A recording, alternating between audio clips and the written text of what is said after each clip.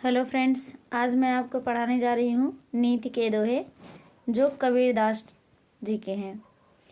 कबीरदास के पहला दोहा है, दुर्बल को निस्ताइए जाकी मोटी हाय, मुई खाल की श्वास सो सार भस्म हो जाए।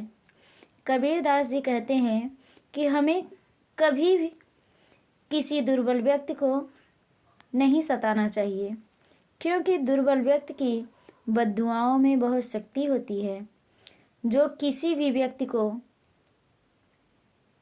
नष्ट कर सकती है या किसी भी व्यक्ति को नष्ट करने की ताकत रखती है। ठीक उसी प्रकार बेटा, जैसे निर्जीव खाल को अगर थोड़ा सा धाक दिया जाए तो अपने अंदर लोहे को जला कर देती है। एक बार फिर से देखेंगे। कबीरदास जी कहते हैं कि हमें दुर्बल व्यक्ति को नहीं सताना चाहिए।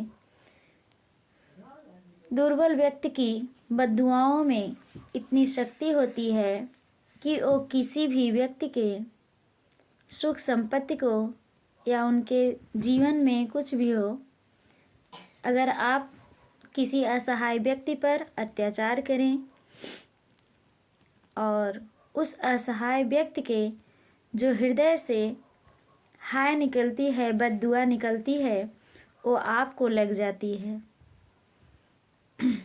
इसलिए हमें कभी भी किसी दुर्बल व्यक्ति को नहीं सताना चाहिए। ठीक उसी प्रकार बेटा, जिस प्रकार निर्जीव खाल से, यहाँ खाल आप मुई खाल का मतलब चमड़ी मत ले लेना, कह रहे हैं मुई खाल की श्वास सो सार भस्म हो जाए।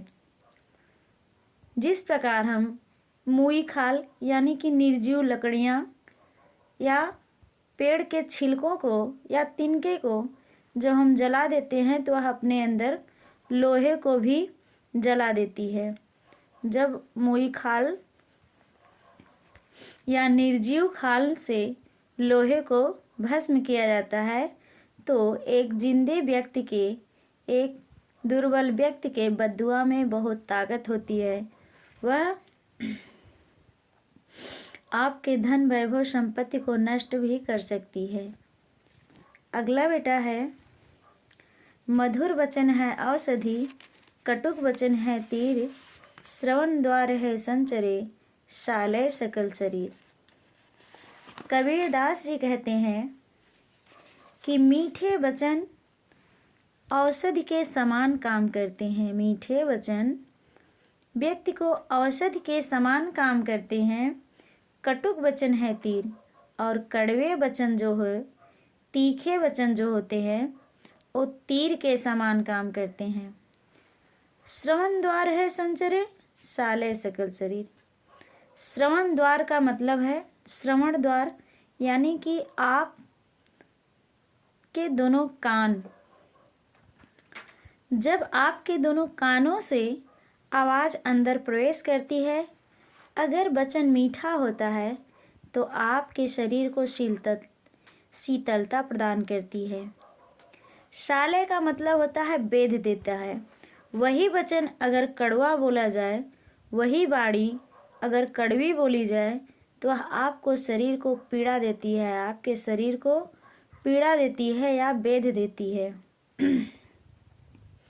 एक बार फिर देखेंगे बेटा। मधुर वचन है औषधि, कटुक वचन है तीर, श्रवण द्वार है संचरे, शालय सकल शरीर। कबीरदास जी कहते हैं कि मनुष्य को हमेशा मीठा ही वचन बोलना चाहिए, क्योंकि मीठा वचन औषधि के समान काम करता है और कड़वा वचन तीर के समान काम करता है। इंसान को जब उसके कानों के द्वारा वह स्वर सुनते हैं, अगर वचन मीठे होते हैं तो उनके शरीर में एक शीतलता, एक शांति, एक अजीब तरह का ही सुख प्राप्त होता है। अगर वही वचन हम कड़वे बोलते हैं तो इंसान के शरीर में पीड़ा होती है, उसे दर्द होता है, या कह लीजिए उसकी शरीर को वह वचन बेध देता है। अगला देखेंगे। वृक्ष न कबहू फल बखे, नदी न संचय नीर, परमारथ के कारणे साधु न धरा शरीर। कह रहे हैं कि वृक्ष कभी अपना फल नहीं भगता। पौधा जो हम लगाते हैं बेटा, वह पौधा कभी अपना फल नहीं खाता, वह अपना फल हमेशा दूसरे को ही देता है। नदी न संचय नीर, नदी कभी अपने जल को नहीं पीती, वह भी अपने जल को हमेशा दूसरे के ही परोपकार में लगाती है। परमारथ के कारणे साधु न धरा शरीर। परमारथ माने होता है दूसरों की भलाई के कारण, दूसरों के भलाई के कारण ही साधु न धरा शरीर। साधु संत ने, दूसरों के भलाई के कारण साधु संत ने अपने ज्ञानों का उपयोग किया है।